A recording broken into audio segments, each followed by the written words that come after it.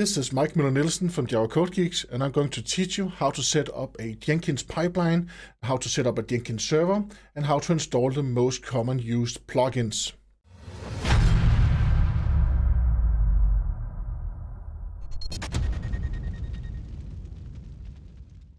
Before we continue, please take the time to like, subscribe, and hit that notification bell so you know when we have more stuff coming up.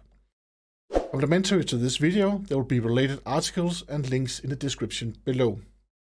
Now, without any further ado, let's get started.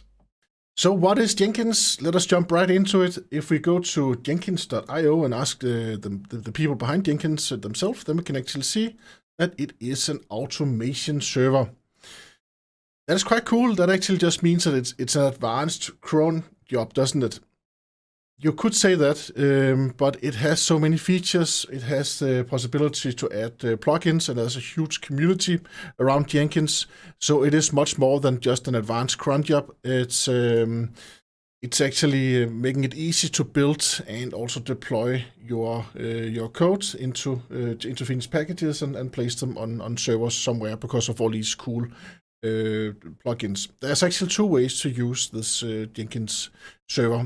One of them is to create your pipeline inside a Docker file, and that's the one I would recommend. And this is the one that would give the least overhead for the people that has to maintain the Jenkins server, because then they don't have to install that many plugins. They just need the Docker plugin. Actually, they just need Docker on the Jenkins server, and then everybody, it's up to the projects themselves actually to create this Docker file and to handle the CI pipeline. And I see this implementation a lot. The other way is that you have to install all of the plugins. So if one project needs to run some NPM stuff, some Node stuff, then you need to add the Node.js plugin. If another division actually has to build something with Maven, and it could also be a specific version of Maven, then you need to install the plugin for Maven and also install the specific version of Maven that is asked for.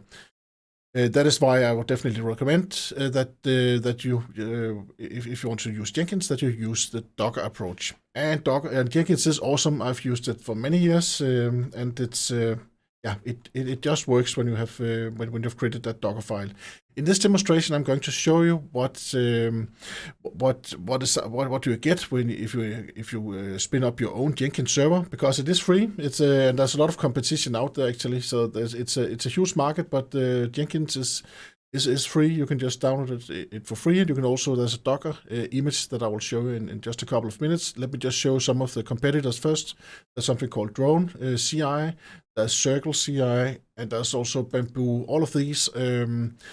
All of these solutions are also out there, so of course it can sometimes be difficult to choose the right CI server. I would definitely recommend that if you don't know which CI server that you should choose, then start up with Jenkins and then make sure that you create your pipeline inside a Docker file, because then it's easy for you to switch to one of the other systems if you want to try them out at another point in time.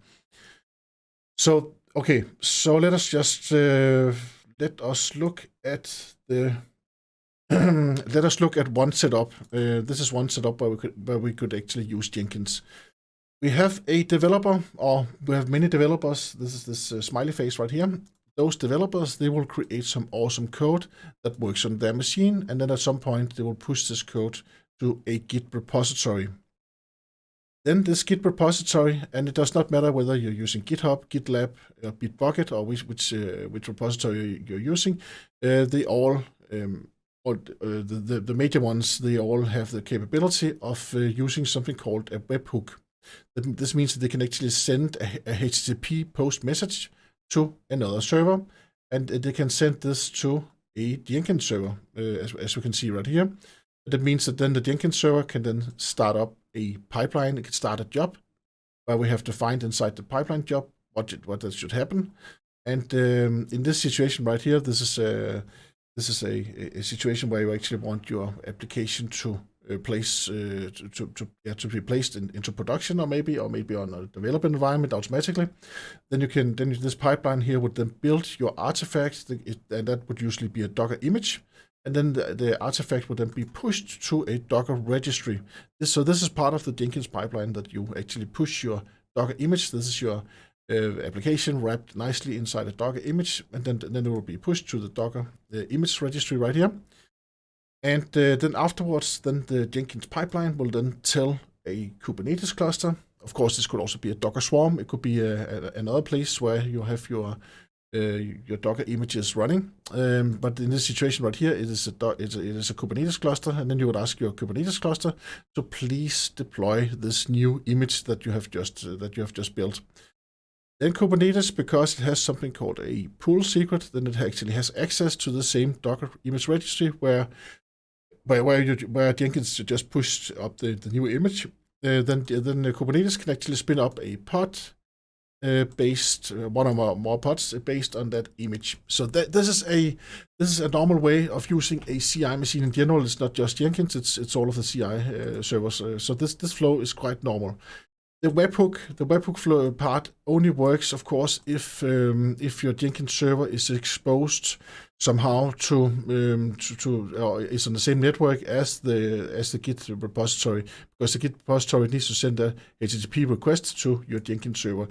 If it cannot do that, maybe your Jenkins server is on your own local machine because you want to try it out. That is a very, very normal situation, or maybe it's inside your corporate network, and you cannot be reached by the Git by GitLab or GitHub or wherever you have placed your code, and for some reason you have not chosen to put your code inside your corporate network. Then instead you can actually have Jenkins to pull the Git repository each 5 minutes, for instance, for changes. And then when it finds a change, then it will actually do exactly the same. It will start up the pipeline script that you define for this product that you're making right here, and then again you will build a Docker image and push it to the Docker registry. Then you would ask your Kubernetes cluster to please deploy a new version on your development environment, so you can actually see how it actually works out, and other people can also follow what is going on. This flow is a very normal flow when dealing with Jenkins. Let us dig a bit into how Jenkins actually can be set up, and the structure and the architecture behind Jenkins. Before we go into details with this drawing right here, then I want to show you that I actually have a Docker file. I have a Docker Compose file right here with a Docker with a Docker image where we can actually spin up a Jenkins server, and it exposes port 8080. And I know it takes a bit of time, so what I will do now is that I will actually start it up before we continue with the theory. So I will say compose up, and I'm using VS Code. If you don't have the Docker extension, you should definitely install it. You just go to the extension pane on VS Code, and VS Code is free, so you can just download it. Then make sure that you have your Docker extension right there, because then you will get this little whale in the left side right here, and you will get a lot of help. You can see which images you already have on your machine, and you can also see which containers that are running right now. And right now we can see that we have no containers running. Let us go to and look at the code that we have right here. I have a Docker Compose file. I will just right click, and then I can say compose up, and then it will actually start a container based on this image, and it will expose the port 8080 so I can reach it on my local host. So it is being created now. Let us just clear the console, and I can write Docker PS to see what is up and running. So something is up and running. What we need to do now is we need to get the log for our container. The container ID is right there. We need to look at the log because we will get an administrative token in the beginning of the log. So we need that token in order to, we can also do it on the name right here. Docker logs. This, and name or token should, or name or ID should actually be fine. And this is then this was then the terminal right there. So let us just open terminal right here. Docker PS. There we have the ID, and we'll say Docker logs. Here we have it. It's a bit easy to read out in this terminal right here. And then if I scroll up a bit, then we should see some token somewhere. See here it is. This token right here needs to be used for installing, for continuing the installation of Jenkins. So we'll just copy that And we'll go to a browser. We'll say localhost port 8080. And then we need to type in the token that we just stole from the logs. This is because when we have this UI right here, then of course they need to make sure that you actually have access and you are actually the administrator of this of this Jenkins server right here. We will just install the suggested plugins. Of course, that will take a bit of time to install, but these are the default plugins. These are the plugins that's most often used. And we can see here we have we have something called OWASP markup formatter. We have some credentials binding. We have Gradle. We have an email extension so we can send mails when the build fails. We have GitHub integration, GitHub branch source. We have a Git integration. We have an LDAP integration. So that's quite cool. We will just let this spin in the background right now. That is exactly why we just started this, so you can see and follow the whole startup process of the Jenkins server. So what is the architecture behind Jenkins? First of all, the server that we're spinning up right now, that is called the master. I will not spin up any agents in this video right here, but it is possible to spin up to have agents connected to the master. And then the agents can perform tasks. That means that it will still be the Jenkins master that will actually execute the pipeline jobs, but it can ask the agents to do it, so it will not use its own CPU and resources. This is very normal, and these Jenkins agents, they can be grouped and they can be named. So you can get a Jenkins agent where we installed a Linux version of CentOS, maybe if you need that, maybe another one you want Ubuntu, and maybe then you want Alpine and your third agent, and then you can just name them or group them. So when you start up the pipeline, then inside your pipeline, it will actually say that this pipeline needs a CentOS, it needs a CentOS machine to run on, and then of course this pipeline job would then be set to, and the job would then be sent to agent 1 if that is a CentOS agent. And of course you also do it so you can actually run multiple jobs at the same time. So maybe one project, one team needs to run something on Alpine, then that job will be placed right there, and then another one will be placed up here. Sometimes you can also organize your Jenkins agents per team, so then you will call this agent team 1, and then you have another one, agent team 2 and team 3, etc. So then they have their own agents and dedicated agents per team, per team in the company, or per department, and then one team will not take up all of the agents and all of the resources when they have to build all of their all of their products and all of their programs. And also the good thing is also that if one team in a minor period actually needs to use more agents, then they can actually ask Team 1, can we please borrow some of your agents for a limited period, because we have these extra projects that are almost where we have a tight deadline and we are almost going into production. Can we please borrow some of your agents? And then of course they say yes, and then you can just define inside the pipeline that you can also use the agents from Team 2 instead of the ones from Team 1. It gives you some extra performance. So this is the Jenkins setup. You have one master where you also have the UI on, and then you have a lot of agents connected to that master that can actually execute the jobs.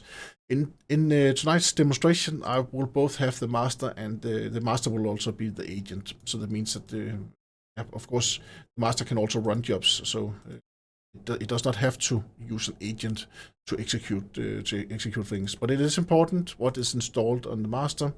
If you're trying to run a Docker command and you have not installed Docker on your master, then of course your pipeline will fail. So it's very important which software you install on all of your agents and all of your master. You need to make a good plan.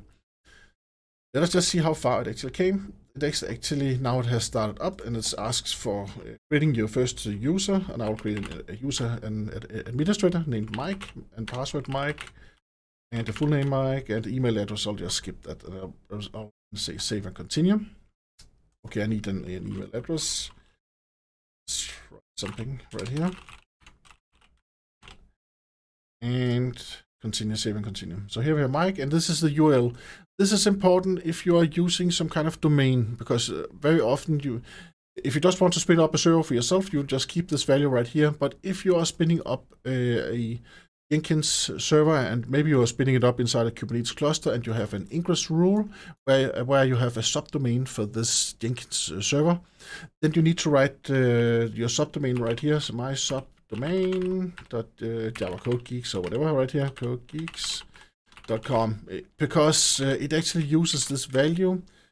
The reason why Jenkins asks for this is because the Jenkins actually uses this value when it complains by mail that you broke the pipeline because you created some errors code, or maybe after you committed some code that could not, where the tests suddenly failed, then it will actually send you a mail and say that you broke the pipeline. Please fix it, and it will send that mail to all of the people that has been committing codes from between the last time where it actually went well. So that's how it works. So this needs to be correct, especially for the email parts to work. Start using Jenkins. Thank you very much. So here we have Jenkins, and we can actually press new item in the left side. But before we do that, I know that I need a plugin. I need a Node.js plugin because the application that I have created out here, I have a React application right here. I'll just show that to you. If I can press start right here, right click, run script. Now I'll start up my Node application. So this is my Node application. It's just the default Node application. If you have ever created a React application, this is what you get by default when you write npx and then install React app.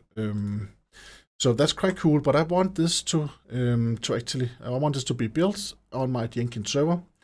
So what do? I need, since I'm using npm right here, then of course I need the Node.js plugin. And how do I install a plugin on Jenkins? It's quite easy when you know how to. You go to Manage Jenkins in the left side right here. Of course, you need to have the rights to do that. And then after you go to Manage right here, then you can manage the plugins. So I'll press Manage Plugins right here. Available plugins. And this is one of the strong sides with Jenkins. There are so many plugins. So there are people that actually has connected and integrated to almost all the things that you could think of. But yeah, and here we have the Node.js. So this is a Node.js extension right here. So then we say download and install without restart. Sometimes we need to restart. And then it actually says that this plugin right here, it needs all of this stuff right here. It needs all of these plugins. There's a huge list of plugins right here. And it needs those. And we just press restart. And then Jenkins is being restarted after the plugin has been installed. And actually, or Docker, let's check right here. I think my Docker container will actually stop. So here we have yes, it has been stopped now because we said restart. So we will just right click and then we say start again. So now the Jenkins Docker container will then just spin up again.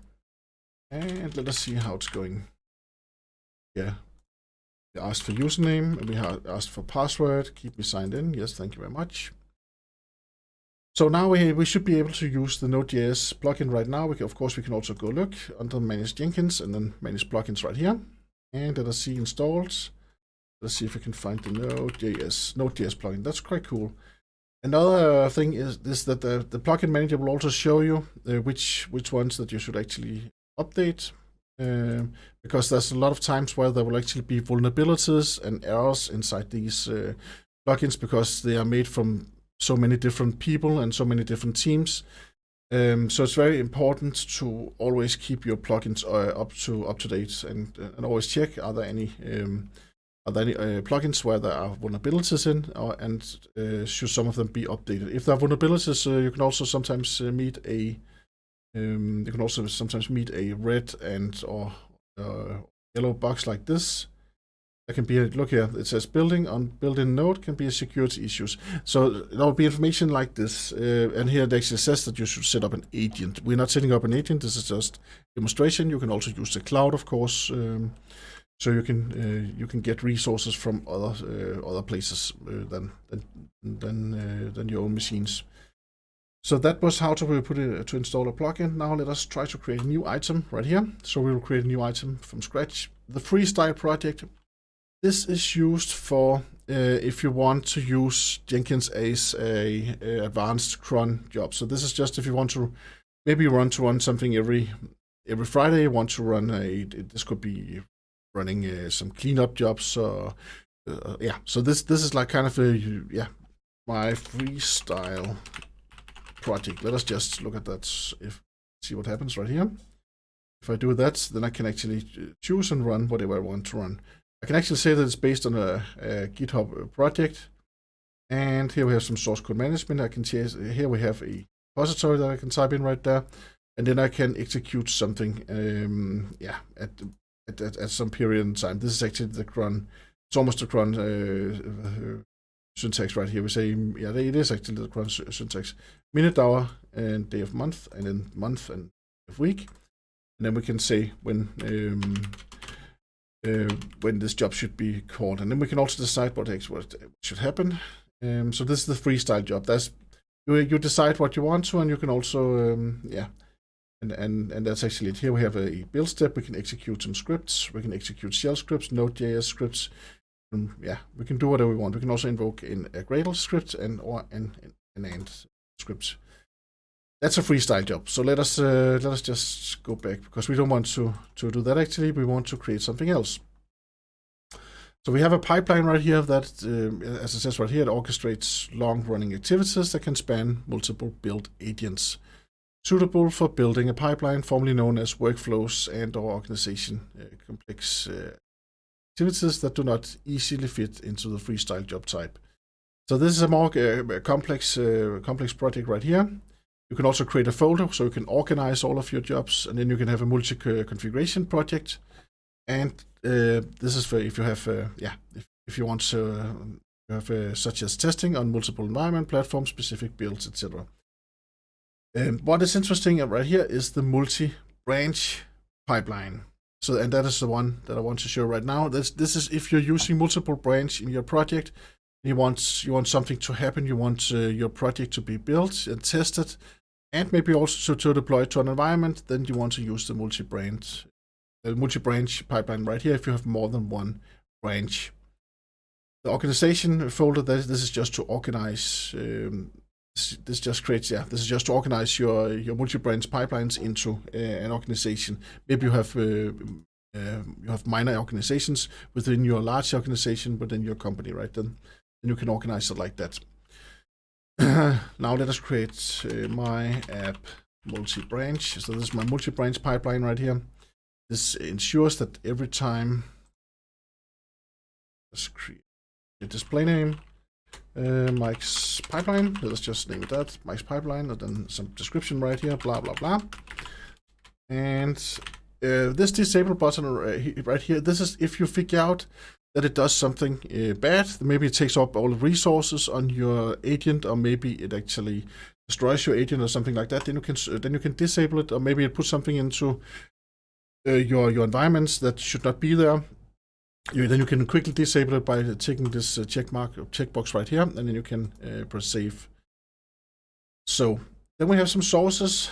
Add source. Then we can say we want something from GitHub, and here we say we could type in some credentials. Usually you would have a private repository on that, and then you would need some credentials. I do not need the credentials right here because I've created a public repository, so I can just copy this right here, and I can say this is the URL, and then we can validate, and then everything is okay. Or else you will have to give up your credentials. Credentials can be username and password. It can also be a token that you can get from your GitHub repository account. Then you can create tokens that can be used for things like this. I would also say that you should have a service account, and then you should use the credentials from your service account instead. Because then your service account can be shut down if it does something you would not, which is not good. So, and here we have some behaviors right here. Strategy: exclude branches that are filled with pull requests. PR means pull requests. Merging the pull requests. What else right here? And then we trust from users with admin and write permission. Yeah, that's okay. Merging the pull requests. with the current target branch. This is when it should actually react. Discover pull request from forks. Discover pull request from origin. Discover branches. So this is here we can actually tweak what should actually what should happen. When should new branches be created? All branches get the same properties. Yeah. So that is if you want to change the properties from each branch, maybe you want to set something up so the development branch is actually building and then placing its code, and then placing the Docker image on the development environment. Then you can add properties here to make sure that actually happens. Then we have the build configuration. I want to use a Jenkins file. We have not talked about a Jenkins file yet. Of course, you can add steps. You saw that in the freestyle project. You could actually add each build step right there, and then you could create some shell script steps, and then you could just write some shell code that does a lot of cool stuff. But I would definitely recommend you, and this is also de facto standard, that you use best practice, that you use a Jenkins file instead. And if you don't have any other good reason for placing it somewhere in your project, then you should just place it in the project and then just name it Jenkins file like this. And when should we scan? We should scan them maybe every 10 minutes, because we do not, in this situation right here, I'm spinning up Jenkins on my own machine, so GitHub cannot have a webhook from GitHub to my machine, because it cannot reach it network-wise. So that means that I need to pull GitHub for changes every 10 minutes or so. I'll do this manually by pressing the play button instead, so I will not take this off right now.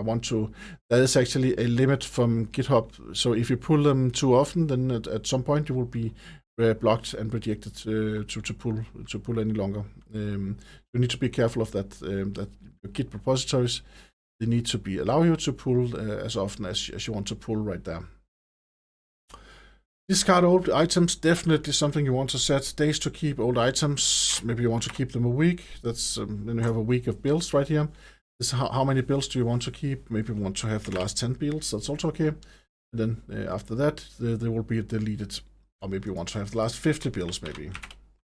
Sometimes you want to see that your code quality is actually going up on a curve, and you like to see some statistics. Also, for code coverage, for vulnerabilities, for bugs, all the things that the Sonar can also, the Sonar Cube can actually help you with the static code analysis, and that can be created a lot of cool reports. There's a lot of cool plugins that you can run. After your test is run, then you can pick up the test results and then present that in a nice graph. Then sometimes you would need more old items to keep instead, of course. Then you can just increase these numbers, of course.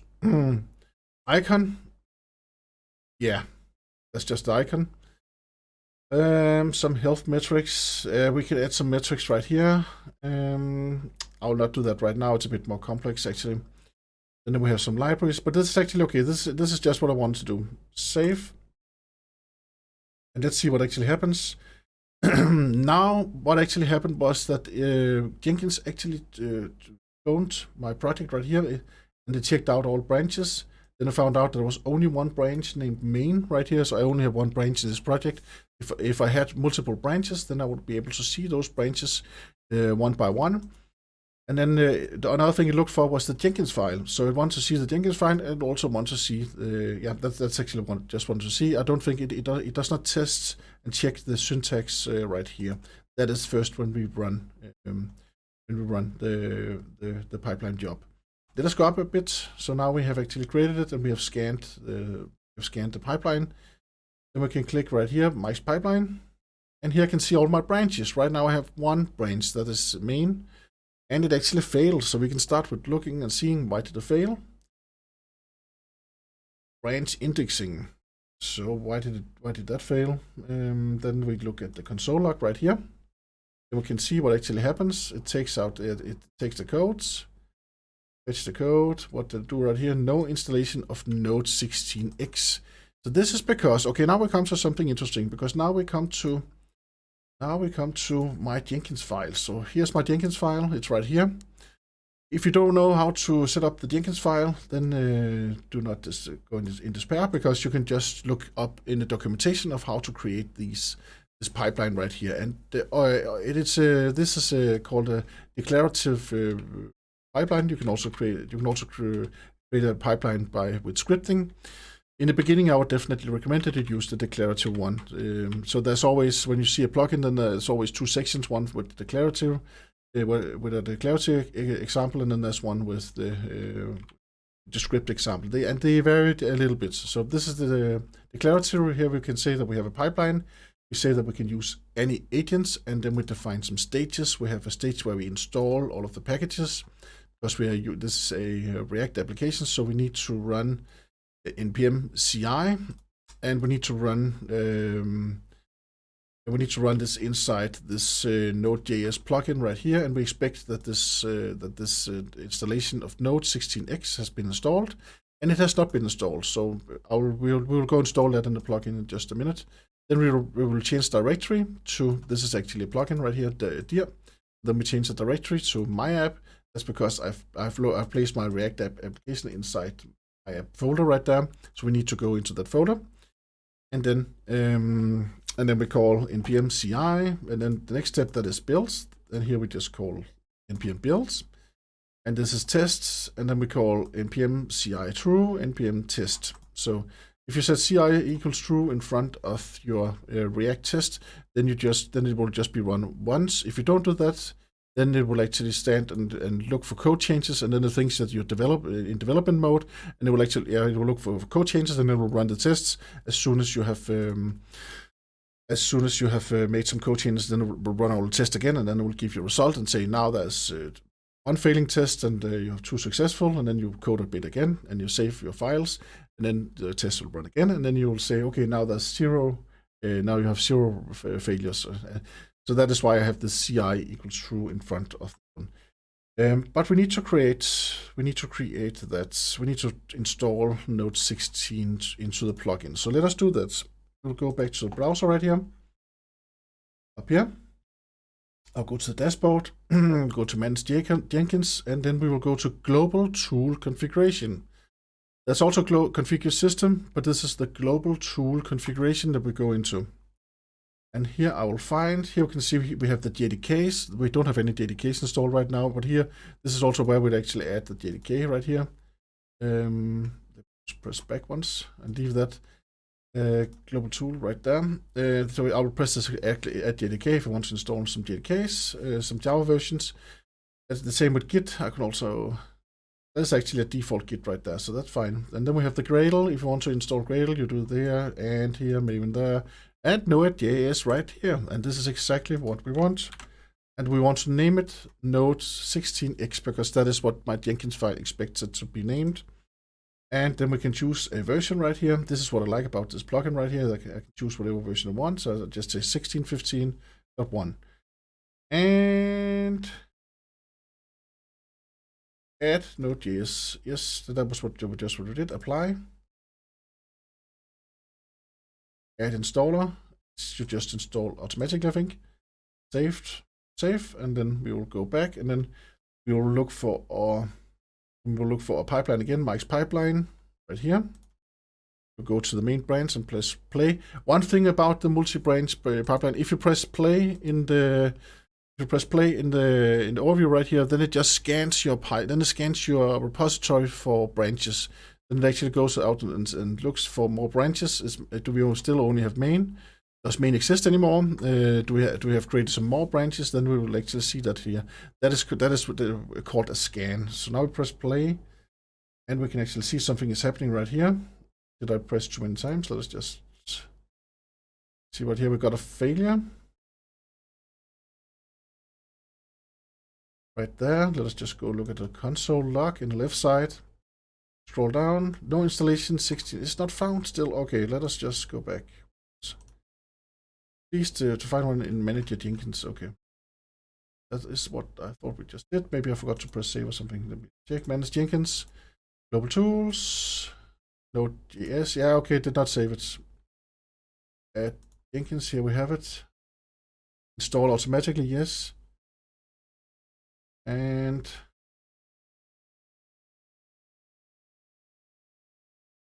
this should actually be fine. This should be fine. Apply. Save. Let us go look at the manage plugins right here. So we'll go to look at our plugins available. We will look for the Node.js installed. That's what we have right here, Node.js. And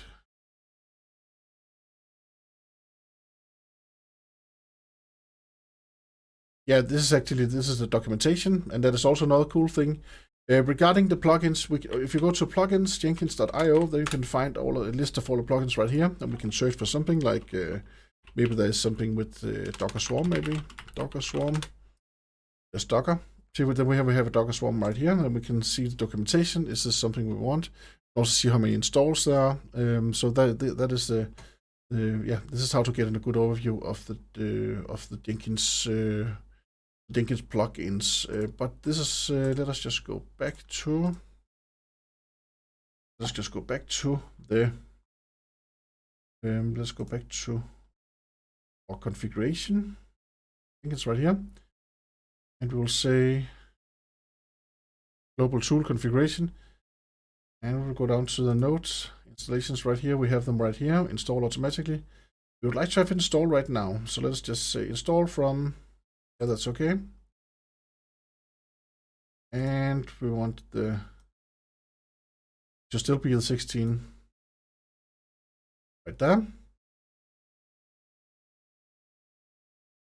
And they're both do the same right there. I don't think we need this one right here. Apply, save. And let us press play. Right here.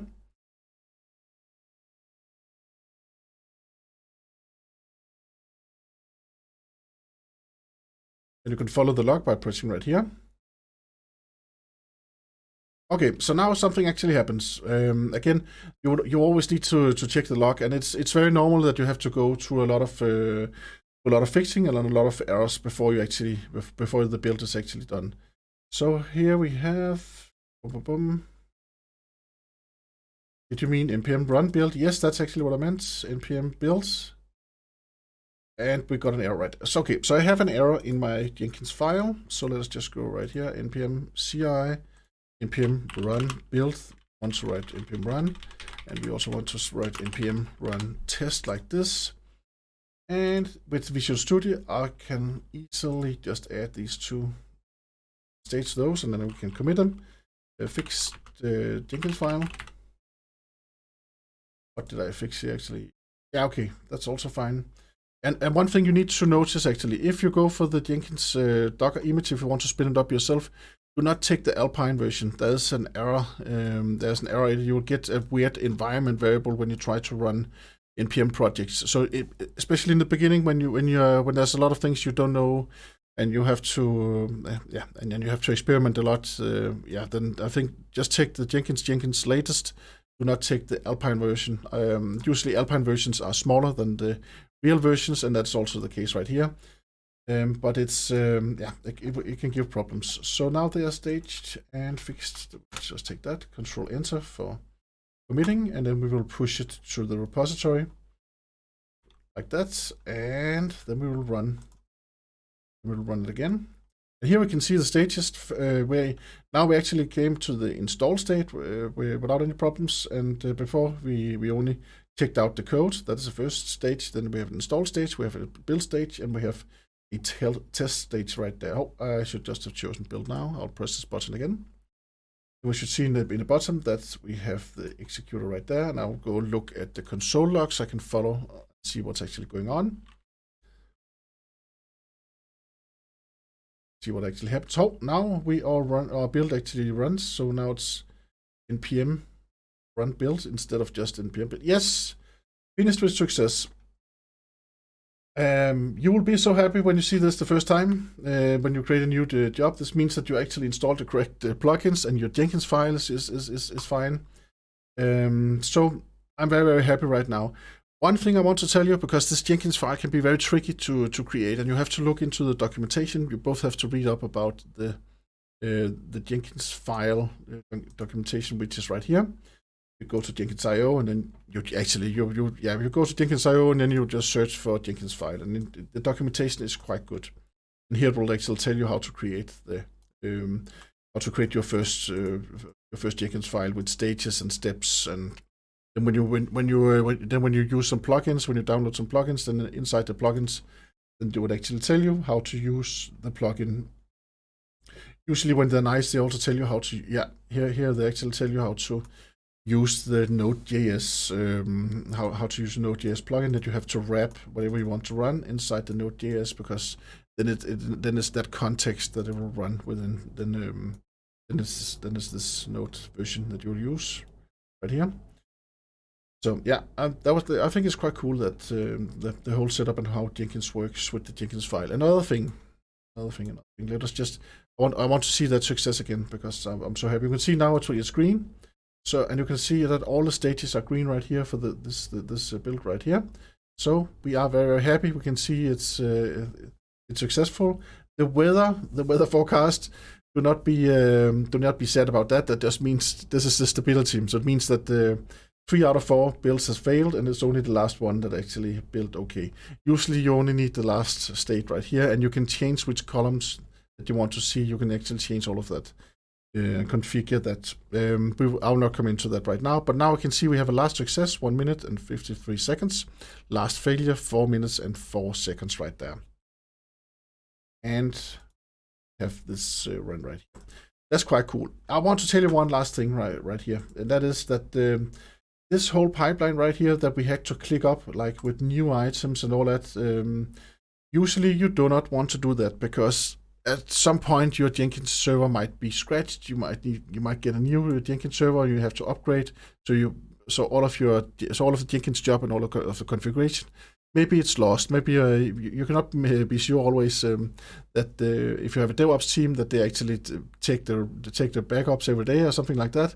Of course, they should, but you instead of actually clicking and this up manually, then you can use something called a job DSL. This means that you can install a plugin named job DSL. Then you can create a job DSL that describes exactly the same thing as we just clicked through, just with code instead. And then you can place that job DSL file inside your project. And then if all of this configuration just ran here, let's say that someone by mistake, they just deleted one of the projects right here, one of the items, then you can easily create them again by running the job DSL. Let us install a plugin. That is okay. I'll just find it right here. Manage plugins available, and then we'll find the job DSL. It's right there. And then we say download and install after restart, and then we restart Jenkins after that. And we know that this will take down the container. So of course I'll press start manually afterwards. The job DSL is described in this documentation right here, and this is under the plugin. And here we can actually see that we can create a whole new pipeline job like this. And here we can have the definition. We take out some source code like this. We choose which branch we want to take out, and then we can set what should then happen as usual. And even though that you use job DSL, you should still use Jenkins file, because then you just mention your Jenkins file. Let me just see if they have an example of that actually. Yeah, look. Oh, they don't have an example of that, because you should still, even though that you create your jobs with the job DSL, then you should still point to a Jenkins file where you have described what actually happens in your, for instance, with your multi-branch builds. You should still use Jenkins files. You use both. You don't use. It's not like job DSL replaces Jenkins file. It can if you want to. But I think you should still use a Jenkins file, yeah. So I think this is it. That's what I want to show you. I hope you liked this video. If you did, then please take the time to like, subscribe, and hit that notification bell, because we have a lot of cool stuff coming up. Bye.